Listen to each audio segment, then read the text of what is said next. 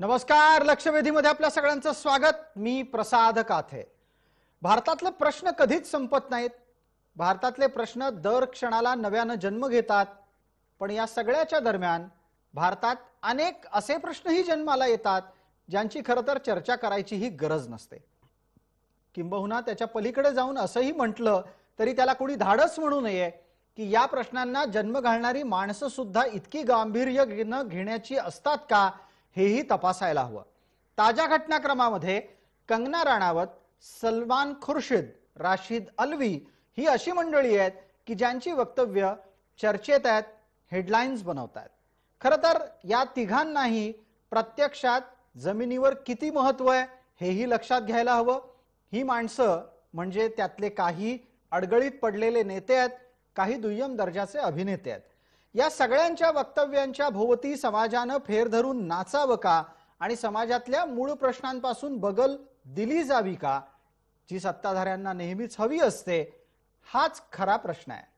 पण त्याच्या पलीकडे जाऊन एका प्रश्नाचीही चर्चा करणं गरजेचं आहे की लोकांना सुद्धा चटकदार चर्चेची आता सवय लागली आहे का. दिवसभरातला एक हक्काचा टाइमपास म्हणून अशा सगळ्या चर्चा समाज सुद्धा डोक्यावर घेऊन बसतो का आणि याच प्रकारच्या मानसिकतेतून समाजाला बाहेर कोण काढणार. चर्चेच्या निमित्तानं आपण आज कंगना राणावत, सलमान खुर्शिद, राशिद अल्वी यांच्या वक्तव्यांचा समाचार तर घेऊच, पण समाजाला सुद्धा विचारू की अशा वक्तव्यांकडे लक्ष द्यायला तुम्हाला वेळ मिळतो कुठून. लक्षवेधीच्या आजच्या चर्चेचं शीर्षक कंगना, सलमान खुर्शिद, राशिद अल्वी यांना गांभीर्यानं घेतोय कोण.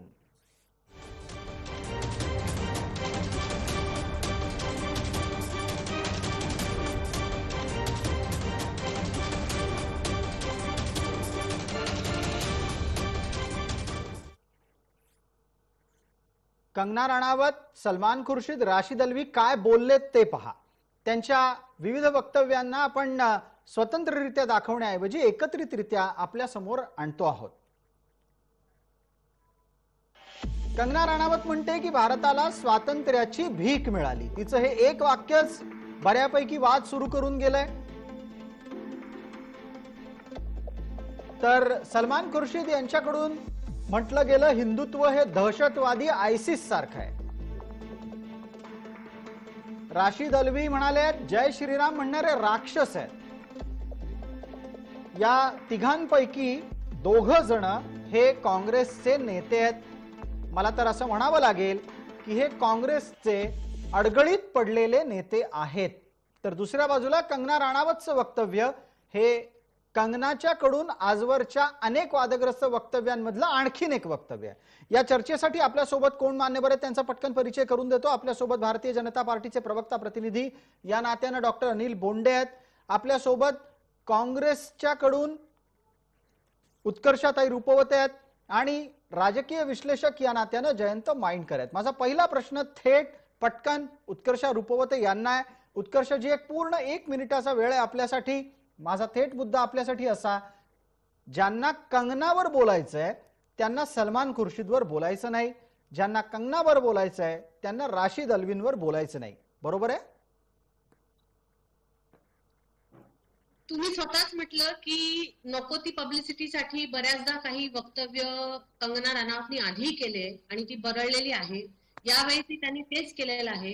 तुम्ही या दोन्ही गोष्टीला मिक्स करू नये. त्याचं कारण हे आहे की भारतातला सर्व उत्कृष्ट जो एक सेंट्रल गव्हर्नमेंटने दिलेला अवॉर्ड असतो पद्मश्री, तो या महिलेला आत्ताच दिला आणि त्याची पोचपावती म्हणून जर ती असं बोलत असेल तर ते अतिशय चुकीचं आहे. आणि ह्या एका मुद्द्यावर तिचं पद्मश्री खरं तर परत का घेऊ नये हा विषय आहे. दुसरा जो तुम्ही मुद्दा इथे मांडला, तुम्ही जर हे स्टेटमेंट नीट वाचले असतील, राशिद अल्वींचा व्हिडिओ तुम्ही पूर्ण बघा, आधा बघू नका. त्यांनी काय म्हटलं आहे, आधीच्या काळातलं जय श्रीराम म्हणणं आणि आताच्या काळात जे सगळे म्हणतात ते सगळेच नसतात असं ते म्हटले. जे सगळे जय श्रीराम म्हणतात ते सगळे निशाचर आहेत असं ते म्हटलेले नाही. त्यामुळे कुठेतरी ते तोड मोडून म्हटलंय. आपण नेहमीच म्हणत आलोय की राम राज्य किंवा आधीचं हिंदुत्व हे आता RSS जे एक हिंदुत्वाची एक थिअरी मांडते, लिंचिंगची थिअरी मांडते, मुस्लिम विरोधाची थिअरी मांडते, ह्याच्या एक परिपाक म्हणून ते तिथे त्यांनी म्हटलेलं आहे. सलमान खुर्शीदजींचं ते पर्सनल पुस्तक आहे, ते कुठलंही पार्टी लाईन नाही. भारतात राहणारा एक सुज्ञ मुस्लिम म्हणून जर त्यांना तसं वाटत असेल तर ते त्यांनी त्याच्यात लिहिलेलं आहे. त्याच्यातही तुम्ही जर ते नीट वाचलं तर त्याच्यात त्यांनी असं म्हटलेलं आहे की आताचा सनातन, आधीचा सनातन धर्म आणि हिंदुत्व याच्यातून बगल देऊन आत्ताची परिस्थिती आहे आणि म्हणून त्यांनी आयसिस आणि याचं कंपॅरिझन केलंय. त्याला काँग्रेस पक्ष पूर्णपणे अग्री करते असं नाही, पण हे तिन्ही वक्तव्य वेगळे आहेत, पण ते आपापसात जोडलेले नाहीत आणि त्यांना तुम्ही पूर्णत्वामध्ये बघायला हवं, एवढीच माझी अपेक्षा. अगदी. आपण या तीनही वक्तव्यांना स्वतंत्ररित्याच घेतोय, या तीनही वक्तव्यांना एकत्रित जोडून ही चर्चा करत नाही आहोत. मुद्दा त्यातला हा आहे की या वक्तव्यांना करणाऱ्या माणसांना इतकं गांभीर्य देण्याची गरज आहे का? चर्चेला पुढे नेऊ. डॉक्टर अनिल बोंडेंसाठीचा पुढचा प्रश्न आहे. आपण इथं काँग्रेस प्रवक्त्यांचं वक्तव्य ऐकलं असेल. त्यांनी म्हटलं की राशिद अल्वींचं वक्तव्य हे तोडून सादर केलं जात आहे. दुसऱ्या बाजूला सलमान खुर्शीद यांचं वक्तव्य हे त्यांचं वैयक्तिक वक्तव्य आहे. अर्थात ते वैयक्तिक वक्तव्य असून सुद्धा राहुल गांधी त्या वक्तव्याच्या संदर्भात बोलायला का आले हा वेगळा मुद्दा असू शकतो. काँग्रेसकडे त्याचं उत्तरही असू शकतं. पण त्यांनी जाता जाता एक डिवचण्याचा प्रयत्न केंद्रीय सरकारला केला, तो म्हणजे कंगनाचं पद्मश्री परत घ्या. उत्कर्षाताई, आपला तो बाब्या दुसऱ्याचं ते कार्ट असं करू नये. मी तर म्हणतो की कंगना राणावतच्या वक्तव्याचा सर्वांनी धिक्कार करायला पाहिजे आणि मी पण धिक्कार करतो. भारतीय जनता पक्षाची ती काही सदस्य नाही, भारतीय जनता पक्षाचं ते काही मत नाही.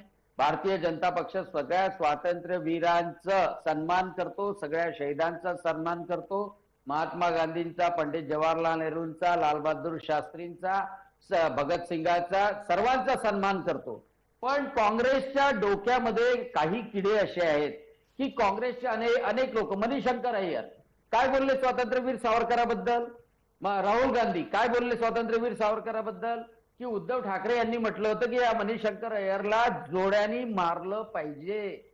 एवढं घाणेरडं जर बोलत असते, अशी किडकी मानसिकता ही काँग्रेसची आहे. आता तुम्ही काय म्हणता की वैयक्तिक पुस्तक लिहिलंय म्हणून, वैयक्तिक पुस्तक लिहिलं तर मग राहुल गांधी कशाला येतात बचावासाठी? म्हणजे एकीकडे इलेक्शन आलं की मंदिरामध्ये जाऊन डोकं टेकवायचं, माझ्या गळ्यामध्ये जानवं आहे हे सांगायचं, स्वतःचं हिंदुत्व प्रूव्ह करण्याचा प्रयत्न करायचा आणि इकडे म्हणायचं की हे हिंदुत्व म्हणजे आयसिस आणि बोको हराम आहे. जाऊन पहा एक वेळा आयसिसच्या ताब्यामध्ये. उत्कर्षाताई, बोको हराम कसे हाल करतात महिलांचे तेही पण माहित होईल आणि भारतातले हिंदू असे हाल करतात का ते तुम्हाला माहित आहे. आणि त्यामुळं कसं समर्थन करू शकता तुम्ही रशीद अल्वीचं, कसं समर्थन करू शकता मणिशंकर अय्यरचं, कसं समर्थन करू शकता सलमान खुर्शिदाचं? आम्ही कंगना राणावतचं समर्थन करत नाही. अहो, कंगना राणावत तर एक अभिनय करणारी व्यक्ती आहे आणि हे बाकीचे पद्मश्री ज्यांना मिळाले सामान्य व्यक्तींना पद्मश्री मिळाले त्याचं मला नाहीये. आणि कंगना राणावत बोलत बोंडे सर एकच मिनिट, आपण पद्मश्री परत घेण्याच्या मुद्द्यावर काय म्हणणार आहात? हो, निश्चितपणे याची पूर्ण तपासणी करावी आणि त्याच्यावर पद्मश्री काढण्याची जर प्रक्रिया असेल तर पद्मश्री काढावी. आमचा सपोर्ट राहील, काहीच हरकत नाही. त्या मागणीला सुद्धा सपोर्ट राहील. कारण की जेव्हा आपण तिच्या वक्तव्याचा निषेध करतो, तिच्या वक्तव्याच्या बाजूनं नाही, तर त्यामुळे पद्मश्री मिळाली असेल. तिने वक्तव्य केल्यानंतर पद्मश्री मिळाली का? तशी जर मिळाली असती तर गोष्ट निराळी आहे. परंतु आता एक महत्वाचं, तुम्ही सलमान खुर्शीदवर काय कारवाई करणार, काँग्रेस काय प्रपोज? अगदी हा कळीचा मुद्दा आहे. हा कळीचा मुद्दा आहे. भारतीय जनता पार्टीनं या चर्चेमध्ये स्पष्टपणे भूमिका घेतलेली आहे. कंगना राणावतचं ते समर्थन करत नाहीत. कंगना राणावतच्या वक्तव्याची पूर्ण चौकशी करावी आणि ती त्यात दोषी सापडली तर तिची पद्मश्री परत घ्यावी. त्यांचा पुढचा प्रश्न काँग्रेसला आहे. माइंडकर, मी आपल्यापर्यंत येतो. तत्पूर्वी उत्कर्षा आपल्यासोबत आहेत. उत्कर्षाताईंसाठी पुढचा प्रश्न. आता सलमान खुर्शीद आणि राशिद अल्वींच्या बाबतीत काँग्रेस कारवाईची भूमिका घेणार की लांगुल चालनाच्यासाठी त्यांच्या भूमिकांचं चोरून समर्थन करणार? मी जसं माझ्या पहिल्या याच्यातच सांगितलं की ते तोडून मरोडून दिलेले जे सगळे व्हर्जन्स आहेत ना, त्याच्यामधून बाहेर येऊन खरंच तुम्हाला कळकळीची विनंती की राशिद काय बोलले हे नीट ऐका तुम्ही. आणि दुसरा मुद्दा, मी आधी म्हटलं, तुम्ही मणिशंकर म्हणजे बीजेपीचं तो सवयच आहे की जो मुद्दा सुरू आहे त्याच्यापैकी काहीतरी वेगळं बोलायचं आणि भरकट व्हायचं. मणिशंकर अय्यर जे बोलले त्याच्यावरती त्यांच्यावर कार्यवाही झाली आणि त्यांना निलंबनाची कार्यवाही पण त्यांच्यावर झाली होती. विषय झाला ह्या दोघांचा, समर्थन कुठल्याही काँग्रेसवाल्यांनी केलं नाहीये. राहुलजींनी काय म्हटलं ते तुम्ही ऐकलंय, मग त्यांच्यावरती आणखीन काही ऍक्शन घ्यायचा कुठून विषय येतो. जो काही स्टेटमेंट राशीद आल्वींनी दिलाय तो तुम्ही पूर्णपणे बघा, त्याच्यातून ते काय म्हणतात ते समजून घ्या आणि मगच पुढे बोला. बरं, ठीक आहे. उत्कर्ष रुपवते यांच्या म्हणण्यानुसार काँग्रेस न सलमान खुर्शीद यांच्या वक्तव्यावर काही कारवाई करताना दिसते किंवा राशीद अल्वींच्याही वक्तव्यानंतर काही कारवाई करताना दिसते. उलट या दोन्ही प्रकरणांमध्ये काँग्रेसची स्पष्ट भूमिका अशी आहे की अशा प्रकारची वक्तव्य जी माध्यमात चर्चेत आली ती प्रत्यक्षात तशी वक्तव्यच नाही आहेत, ती माध्यमात तोडून मोडून सादर केली गेली आहेत. आपल्यासोबत जयंत माइंडकर आहेत. माइंडकर, आपल्यासाठीचा मुद्दा या ठिकाणी वेगळा आहे. आपण एक ज्येष्ठ राजकीय विश्लेषक आहात, तटस्थ आहात आणि तार्किकदृष्ट्या विचार करता. मला आपल्याकडून अपेक्षित उत्तर असं आहे की ही मुळात वक्तव्य ही ठराविक निवडणुका जवळ आल्यानंतरच कशी होतात. हो, अगदी बरोबर. कारण आपली गठ्ठा मतं वाढवण्याकरता किंवा आपण कसे वेगळे आहोत हे दाखवण्याकरता मुद्दामून केली जातात. आणि अगदी पुढच्या वर्षी उत्तर प्रदेश, पंजाब सह 5 राज्यांच्या निवडणुका आहेत. त्याच्यामुळे हे वक्तव्य अगदी तुमचं म्हणणं परफेक्ट आहे. नेमकं गायीपासून रामापर्यंत प्रत्येक गोष्ट किंवा प्रत्येक कॉन्ट्राव्हर्शियल वाक्य, मग ते तुम्ही जसं तथाकथितरित्या म्हटलं राशीद अल्वींचं असू दे किंवा सलमान खुर्शीद यांचं असू दे, हे प्रत्येक वाक्य नेमकी इलेक्शनच्या आधीच येतात. हे लोकशाहीने आपल्याला दिलेली एक देणगी आहे. जरा याच्या पुढे थोडस बोलतो की कंगना राणावत कशाला, तिचं तर वाक्य अगदी सर्वश्रुत आहे, मी ते रिपीटही करत नाही. पण त्याच्याच बरोबर त्याच्या बऱ्याच आधी संघ परिवाराचे आदरणीय स्वर्गीय अशोक सिंघल यांनी 2014ला असं म्हटलेलं आहे की 800 वर्षांनी दिल्लीला पहिला हिंदू राजा झाला. म्हणजे याचा अर्थ पंडित नेहरू, अटल बिहारी वाजपेयी आणि अगदी मोरारजी देसाई कोणी सुद्धा हिंदू नव्हते असं त्यांना म्हणायचं आहे. सरदार पटेल ज्या मंत्रिमंडळात होते ते सुद्धा मंत्रिमंडळ नव्हतं. हे अशोक सिंघलांचं वाक्य आहे. बोंडे साहेब जरा गुगल चेक करा, मी त्याच्याशिवाय बोलत नसतो. त्याचबरोबर अगदी काल परवा, पण आता एकच मिनिट माइंडकर, या सगळ्या निवडणुका येत असतात, जात असतात. या निवडणुकींच्या पूर्वीच्या अशा प्रकारच्या वक्तव्यांनी खरंच मतांचं ध्रुवीकरण होतं का? हे मतांचं ध्रुवीकरण आता भारतामध्ये 2021 जिथे तंत्रज्ञान बऱ्यापैकी लोकांच्या हातात आहे तिथे सुद्धा हे तितकं सहज शक्य साध्य झालेलं आहे का? की उलट जेवढं तंत्रज्ञान विकसित होत आहे तितका माणूस अधिक कोशात जायला लागलाय? नाही, माझ्या दृष्टीने उलट हे काल म्हटलेलं वाक्य हे 1 तासात जगभर पोचलेलं होतं. म्हणजे हे उलट टेक्नॉलॉजीमुळे ध्रुवीकरण वाढलेलं आहे. हे ध्रुवीकरण जे आपण म्हणायचो की अरे आता कमी होणार नाही, उलट हे 1 मिनिटात आपल्याला ऑस्ट्रेलिया, अमेरिकेपासून हे अशा प्रकारचं वाक्य, ही तर आपलीच लाईन आहे असं सुद्धा परिवारातल्या लोकांनी म्हटलेलं असेल. ही फॅक्ट आहे व्हॉट्सअपवर. कोणाविषयी बोलताय तुम्ही? कोणाची कुठली लाईन ही परिवारातली आहे असं तुम्हाला वाटायला लागलंय? हा, मग म्हणून मी जरा डिटेल बोलतो. माझं म्हणणं असं आहे की हे जे काही कंगनानी वाक्य म्हटलेलं आहे हेच जे मी रुचा पठत सांगत होतो. त्याचबरोबर अजून एक वाक्य आहे ते स्वतः अटल बिहारी वाजपेयी यांनी पंतप्रधान असताना एक वाक्य म्हटलेलं होतं की या देशाच्या स्वातंत्र्य लढ्यात क्रांतिकारकांना योग्य स्थान मिळालेलं नाही, अशा प्रकारचं वाक्य. एकूण संघ परिवाराचा एक दावा असा आहे की क्रांतिकारकांना स्वातंत्र्य लढ्यात त्यांचं योगदान होतं, याच्याबद्दल त्यांना ड्यू शेअर मिळालेला नाही. पण आता जयंत माइंडकर, एकच मिनिट जयंत माइंडकर, या प्रकारच्या भूमिका या सरसकट परिवारावर लादल्या जातात का? डॉक्टर अनिल बोंडे, अशा प्रकारे सरसकट परिवारावर, अर्थात परिवार म्हटल्याच्या नंतर संघ परिवार असा अपेक्षित अर्थ असतो, त्या संघ परिवारावर या भूमिका, या प्रतिक्रिया लादून न्याय होतो की अन्याय होतो?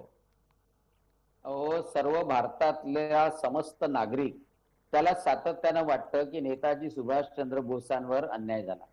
त्यांना सातत्यानं वाटतं की भगतसिंग, सुखदेव, राजगुरू यांच्यावर अन्याय झाला. सातत्यानं वाटतं की स्वातंत्र्यवीर सावरकरांना त्यांनी केलेल्या परिश्रमाचा सन्मान मिळाला नाही. एवढी गोष्ट तर निश्चित मान्य करावं लागेल. हा परिवाराचा विचार नाही, हा देशाचा विचार आहे की स्वातंत्र्याचं संपूर्ण क्रेडिट नेहरू परिवाराने संपूर्णतः 60 वर्षपर्यंत परावर्तित करून घेतलं. हे तर मान्य करावंच लागेल. आणि त्याच्यामुळं कोणत्याही तरुणाला विचारा हो, त्याचा आदर्श नेताजी सुभाषचंद्र बोस राहील, त्याचा आदर्श भगतसिंग राहील. भगतसिंगांना फाशीवर जाताना किती काँग्रेसवाल्यांच्या डोळ्यात आसू आले हे सुद्धा इतिहासात माहित आहे जयंतराव. आणि मग एवढंच सांगतो, आता माझं नाव घेतलं म्हणून मला एकच वाक्य बोलू द्या. आणि त्यामुळेच सांगतो की की फक्त काही नेहरू घराण्यामुळे. एक मिनिट तुम्ही बोला, मी उत्तर देईन. अहो, स्वातंत्र्यासाठी सामान्यातला सामान्य माणूस लढला. एकेका 13 15 लोक नागपंचमीच्या दिवशी शहीद झालेले आहे. जयंतराव, तुम्ही काय सांगता? त्यामुळं अन्याय झाला असं वाटणं, अटल बिहारीजींना वाटलं ते योग्य होतं, त्यामध्ये काही चूक नाहीये. आणि परंतु या गोष्टीवर बोला ना जयंतराव, हिंमत असेल. नाही, मी काय बोलायचं ते मी ठरवीन. जय श्रीराम म्हटलं तर राक्षस, आम्ही कधी असं म्हटलं का अल्लाह अकबर म्हणणार? मी ठरवीन काय बोलायचं. नाही, जय श्रीराम म्हटलं तर राक्षस म्हणतात. म्हणजे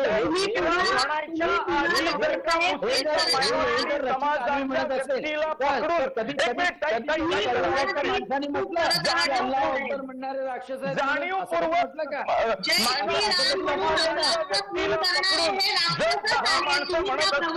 तुम्ही जय श्रीराम चूक आहे. आता केजरीवाल सुद्धा जय श्रीराम म्हणायला लागला. हो, त्यांनी म्हटलं म्हणून मी म्हणत नाही. मला मी म्हणावं का? त्यांनी म्हटलं म्हणून मी का म्हणू? आता राहुल गांधींना सुद्धा जाणवं दाखवलं. एक मिनिट माइंडकर एकच मिनिट थांबा. माइंडकर एक मिनिट थांबा. या दरम्यानच्या काळात उत्कर्ष रुपवतेंचं एक वाक्य येता राहिलं. त्यांनीही जय श्रीराम म्हणून खून करणारे हे राक्षस आहेत अशा प्रकारचा उल्लेख केलेला ऐकायला आला कानावर. उत्कर्षजी, आपलं वाक्य परत एकदा पूर्ण करा. नक्की म्हणायचं काय आहे आपल्याला? डिबेट झाल्यानंतर कृपया राशीद अल्वीजींचं जे वाक्य आहे त्या कॉन्फरन्स त्या स्टेजवरचं ते पूर्णपणे ऐका. जय श्रीराम म्हणणारे सगळेच हे त्यांनी मानले, ते सगळेच आहेत असं म्हणत नाहीयेत. त्यांच्या म्हणण्याचा विषय म्हणजे जो एक मला कळतो तो अर्थ हा की जय श्रीराम म्हणून अखलाकचा खून करणारे किंवा तत्सम लिंचिंग करणारे हे कसे काय निशाचर नसू शकतात याचं उत्तर द्यावं. दुसरीकडे भरकटण्यापेक्षा पण दुसऱ्या बाजूला उत्कर्षजी दुसऱ्या बाजूला एक मुद्दा असाही येतो की भारतीय जनता पार्टी जितक्या स्पष्टपणे कंगना राणावतचं समर्थन करत नाही, प्रसंगी तिच्या पद्मश्रीला मागे घेण्याच्या भूमिकेचंही समर्थन करते, तितक्या स्पष्टपणे काँग्रेस सलमान खुर्शीद आणि राशीद अल्वींबद्दल का बोलत नाही? तुम्हाला अल्पसंख्याक अनुनय याच्यात साध्य करायचा आहे का? सलमान खुर्शीद सरांच्या स्टेटमेंटचं पहिलं उत्तर जर कोणी दिलं असेल तर ते काँग्रेसचे सर्वात ज्येष्ठ मुस्लिम नेते गुलाम नबी आझाद, त्यांचे सर्वात जवळचे मित्र यांनी दिलेलं आहे की मी ह्या स्टेटमेंटशी संलग्न नाही. हा त्यांचा गुलाम नबी आझाद यांना पक्ष संघटनेत किती महत्व आहे सगळ्यांना माहिती आहे. एका बाजूला गुलाम नबी आझाद यांचं महत्व कसं वाढू शकतं अचानक या एका वक्तव्यामुळे? राहुल गांधींनी घेतलेली भूमिका कशी विसरून चालेल आपल्याला? भूमिका विसरत नाहीये, त्याच्यात त्यांनी स्पष्टपणे त्यांना जे म्हणायचंय ते म्हटलेलं आहे. माझा जो मुद्दा राहिला तो मला पूर्ण करू द्या प्लीज. कंगना रनावतचा जो विषय आहे तो तुम्ही जसं म्हटलं तसं पहिल्यांदा ती बरळलेली नाही. तिला जर भारताला स्वातंत्र्य मिळालं हेच मान्य नसेल तर डॉक्टर अनिल साहेब जे सांगतात त्याला काय अर्थ राहिला की कोणी किती दिलं? आणि तुम्हाला जर भारताचं स्वातंत्र्य मान्य नाही म्हणजे तुम्हाला संविधान मान्य नाही तर पद्मश्री संविधानाने तुम्हाला दिले ते परत करा स्वतःहून, जर तुम्हाला एवढीच नसेल ती मान्यता. दुसरा यातला एक आणखीन मुद्दा उपस्थित केला डॉक्टर बोंडेंनी, तो होता स्वातंत्र्य लढ्याचं क्रेडिट कोणी कोणाला द्यायचं. आपण गेले अनेक वर्ष हे पाहत आलो की भारतात स्वातंत्र्य लढ्याचं क्रेडिट हे विशिष्ट एका घराण्याला दिलं गेलं. आणि इतकंच नाही तर दे दी हमें आझादी बिना खड्ग बिना ढाल, साबरमती के संत तूने कर दिया कमाल असं म्हणत एकाच व्यक्तीमुळे हे सगळं स्वातंत्र्य मिळालं. हे वर्षानुवर्ष काँग्रेस शिकवत राहिली की त्यावेळेला क्रांतिकारकांचा अपमान नाही झाला का? काँग्रेस शासनाच्या दरम्यानच आपला इतिहास जो लिहिला गेला तो आजही जाऊन वाचा. त्याच्यामध्ये प्रत्येकाचा उल्लेख अगदी आदरपूर्ण केलेला आहे. तो इतिहास किंबहुना आता राजनाथ सिंग आणि अशी सगळी मंडळी बदलू पाहतात. ज्या एका माणसाने त्या लढ्याला पुढाकार दिला, आज तुम्ही मोदी सरकार का म्हणता, का नाही म्हणत भाजप सरकार? कारण नेतृत्व सरकार होते का? स्वतःच त्या लढ्याचं नेतृत्व गांधीजींनी केलं, पण सगळ्यांना एकत्र घेऊन केलं. त्यांची ताकद बघा, त्याच्यामध्ये सगळे लोक होते. त्यामुळे हा जो आरोप होतो हा चुकीचा आहे. ठीक आहे, याच्यावर एक पटकन वेळ मर्यादेमध्ये आपल्याला उत्तर अपेक्षित आहे. डॉक्टर बोंडे, काँग्रेसनं लिहिलेल्या इतिहासाच्या आधारे आपण पुढे वाटचाल करायची की इतिहास नव्यानं लिहिण्याची गरज आहे? काम ऑलरेडी सुरू केलंय ना. ठीक आहे, याच्यावर बोलतील डॉक्टर बोंडे, उत्तर देत आहेत. यांनी यांच्या इतिहासात औरंगजेबाचे पानाच्या पानं लिहिल्या गेले, परंतु अकबराचे पानाच्या पानं लिहिल्या गेले. अकबर किती सहिष्णू होता, पण राणा प्रतापाला मात्र जागा दिली नाही. मग राणा प्रतापाला जागा देणं काम आहे की नाहीये? छत्रपती शिवाजी महाराजांना जागा देणं काम आहे की नाहीये? आणि आणि आणि यांनी जर विकृतीकरण केलं असेल की मोगल सम्राटांनी भारताचं म्हणजे परिवर्तन केलं असं जर म्हणायचं असेल, तर मग राणा प्रतापांनी केलेला संघर्ष तो विसरून जायचा का? आणि त्याचसारखं क्रांतिकारिकांनी म्हणजे मदनलाल धिंगरा असो, भगतसिंग असो, सुखदेव असो, अनंत कान्हेरे असो, लोकमान्य टिळक असो, बॅरिस्टर सावरकर असो, यांनी केलेला संघर्ष विसरायचा का? आणि सुभाषचंद्र बोसांनी जी पॅरलल आर्मी काढली होती, आझाद हिंद सेना काढली होती, त्या आझाद हिंद आपण शिकलो इतिहासामध्ये, त्याच्यातली कुठली गोष्ट काढली गेली आहे मला सांगा तुम्ही? किती त्याला व्हॅल्यू दिली? आमचं हे म्हणणं आहे, सगळ्या भारतीयांचं म्हणणं आहे की यांना न्याय दिला गेला पाहिजे. ठीक आहे, आपल्याला एकच मिनिट, वेळेची मर्यादा आहे. डॉक्टर बोंडे, वेळेची मर्यादा आहे. जाता जाता पटकन जयंत माइंडकरांसाठीचा प्रश्न आहे आणि तो प्रश्न राजकीय नाहीये. जयंत माइंडकर, आपण जाता जाता 30 सेकंदात यावर भर द्या की लोकांना पण या अशा चटकदार विषयांची गरज लागायला लागली आहे का काय वेळ घालवायला? नाही नाही नाही, असं नाही आहे. तुम्हाला खरंच सांगतो की असं काही केलं ना की ध्रुवीकरण होतं. याचं कारण असं आहे की जसं राणा प्रताप वगैरे नाव सांगतात, सगळे नाव. नाही, माझं काय म्हणणं आहे माइंडकर, राजकारण्यांना जे करायचंय ते करू द्यावं, जनतेनं त्यात का पडावं? आज इतकी सगळी चर्चा ही समाज माध्यमांवर सुरू झाली, ती जनतेतल्या एका घटकानं या वक्तव्यांना महत्व दिलं म्हणून. काय हे डाव्या विचारसरणीचे होते, ज्याचं तुमचं कधीही पटत नाही, हे विसरू नका. नाही, मुद्द्यावर यायला हवं आपल्याला. मात्र माइंडकर, माफ करा, आता वेळेची मर्यादा आहे म्हणूनच आपल्याला थांबवतो. या निमित्तानं पुढच्या चर्चेत आपण एकदा परत नक्की भेटू. आत्ताच्या घडीला वेळ मर्यादेत आपण सर्व मान्यवर चर्चेत सहभागी झालात त्याबद्दल आपले आभार. सर्व प्रेक्षकांना जय महाराष्ट्र.